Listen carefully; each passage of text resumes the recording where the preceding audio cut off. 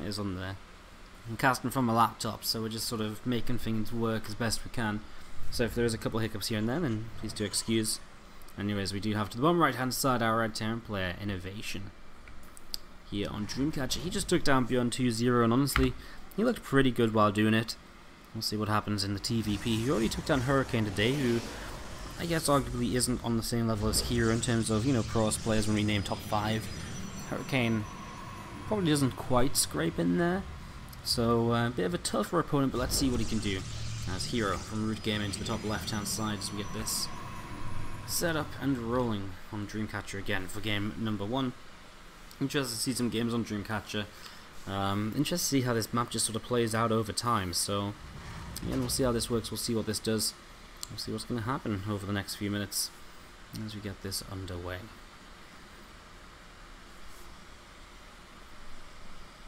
It's going to have a probe from herO, pops up in towards the main base and just starts to nibble around, of course, and one of the most frustrating things ever to have this probe just nibbling away at your SCVs and just being a nuisance in the early stages. It's going to come around the side as well, just going to keep on having a look at what's going on here, keep on checking out those SCVs.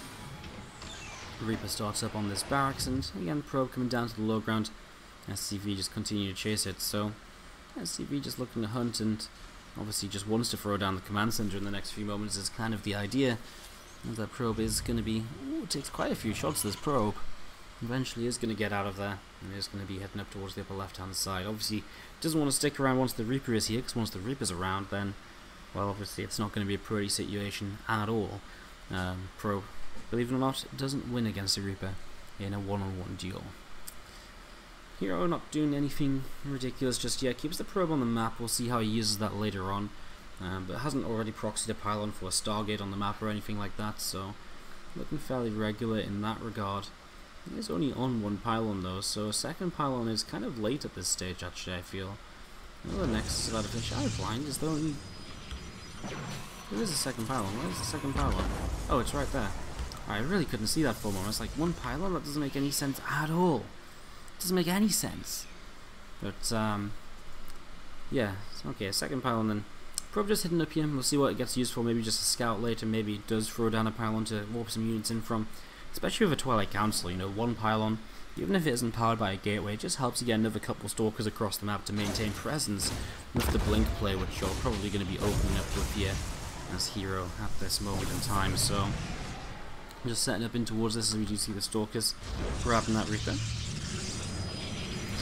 You're all going to be seeing another couple of gateways coming on down. There is indeed that blink starting up. Corona boosting away to get things going. And meanwhile, INnoVation, well, his orbital command center is just on the way it's up as well. So he's just getting set up on his natural. And he's going to open with a Cloaked Banshee. Ooh, with a 4th gateway as well from herO. This is actually a bit more of an aggressive opening here out of herO with this kind of 4th gateway rather than just the 3 gates. But yeah, the 4 gates means he's probably a little bit late on the robo, and INnoVation, as soon as he scouted that this was a Twilight open, he immediately went in towards this Cloaked Banshee. No messing around, no kind of nonsense. He goes into a siege tank now as well.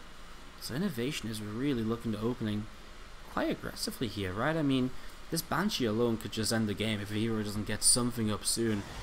I mean, there is a pylon on the way. I mean, INnoVation is just preparing so well for this. He's going to have the siege tank up, which helps him defend against the aggressive stalkers. He's going to have the Banshee to counterattack, which is just going to kill every single probe because there's not going to be detection.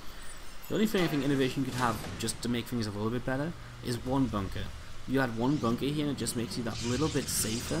It just goes such a huge distance because it keeps the siege tank so much safer as well. Blink isn't finished yet, so one stalker loses its shields for a single marine kill. It's difficult for them to attack into that siege tank no matter what at the moment. And herO is just moments away from having to tap out of this game or just throwing everything at INnoVation's natural, because again, he's going to lose so many probes here. What's even worse is that now he warps in stalkers at home, and now INnoVation croaks. So this is just the stalkers that aren't even on the other side of the map, and that's GG for herO. INnoVation straight away just... the lineup of the tournament continues to look great. And let's go into game number 2. So we have to the bottom right hand side the red Terran player, INnoVation.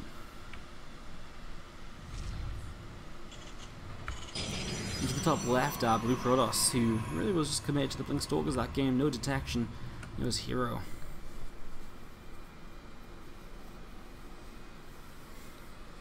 I mean, just very greedy to skip the robo, of course. And I mean, you could argue it's greedy, but I actually think it's just because he was throwing everything he could into the aggression, which was the Stalker attack, hoping that you could maybe just, you know, end the game on the 4 gates of Stalkers. Remember that if you win this round of 8, you get into the top 4. Top 4 is where prize money begins for the Kung Fu Cup. You know, $50 for 3rd place, $50 for 4th place, $100 for 2nd place, and 1st place today walks away with $300. So a lot of money on the line, a lot of money to be claimed here today. You see this assimilator just coming up, and we're just going to be seeing this gateway is on its way in the main base as well. Obviously, first couple of minutes should be fairly self-explanatory, with the expansions of each player coming down to the Nexus to start up first. This command center should hopefully be starting in the next 20 seconds or so as well. Once the barracks is finished building, Orbital and Reaper will start up. Don't see any reason for INnoVation to make this like a factory first or anything crazy. It is just looking to be that very standard Reaper expand. So, just going to see command center dropping down. And off and away we go with the command center coming into play.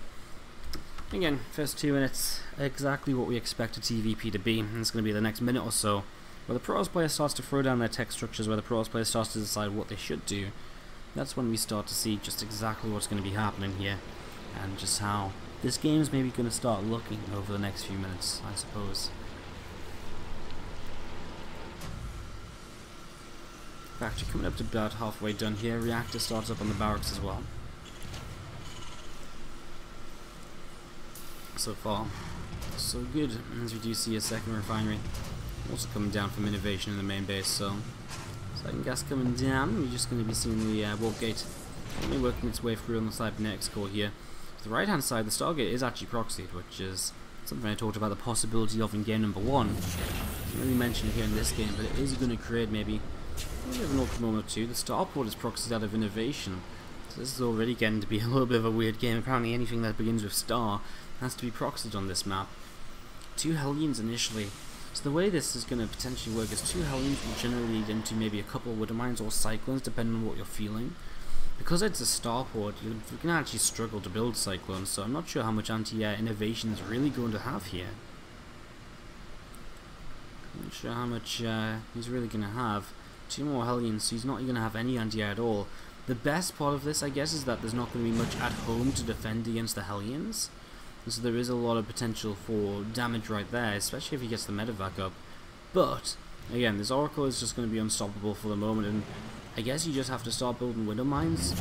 He's even going to lift up this factory, and that's going to be a massive issue right away as these SCVs start to go down. But again, Oracles don't 2-shot SCVs anymore, they're 3-shot, and if they have to chase as well like this, you can see there's going to be like 10 worth of kills, but I still think there's potential for this medevac drop of Hellions to kind of make up for these losses. It's going to be difficult, it's not going to be easy, but this entire main base is unprotected. Second Oracle coming up, there's more damage to be dealt here in the Terran's main, as here we go, Hellions are going to get to work, and you have to kill 14 more probes to even this out, and so far those probes are making it easy by stacking up quite heavily here. It's now a 28 to 24 work game. And this natural expansion is going to be under fire as well, quite literally under fire from those Hellions. 29 to 24, it's actually manageable, but the Oracles here coming back in towards the main. One Widow Mine went off and did connect, and it was on the Oracle with less energy, so the one Oracle with energy is still around, gets rid of another few SCVs. It's a 6 worker difference. I always find it just amazing as that Widow Mine somehow burrows in time.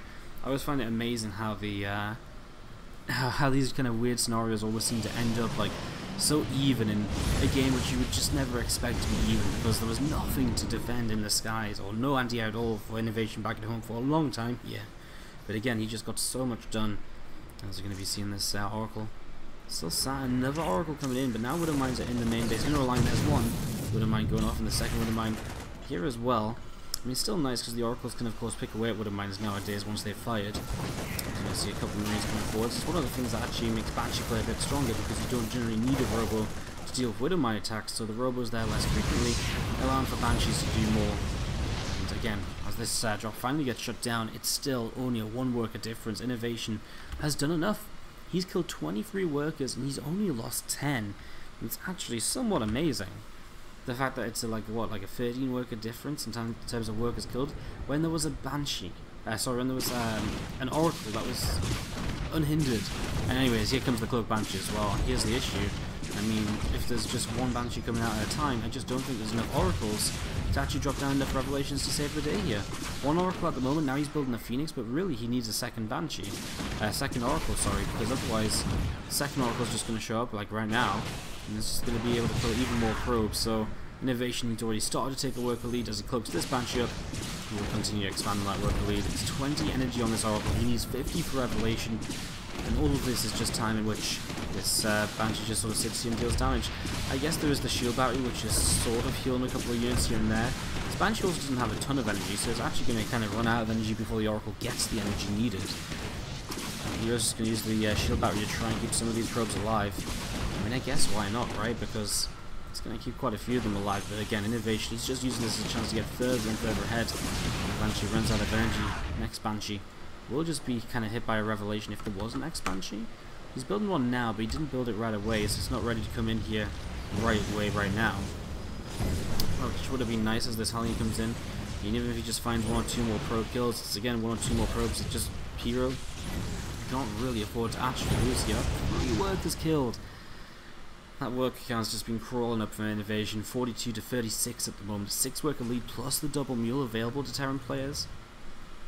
It's not really the sort of position you come back from as a Protoss pushing across the map. INnoVation, he's going to reinforce this with the Medivacs, I guess, out of the starport maybe. But for now, the important thing is it's 2 tanks, it's Marines.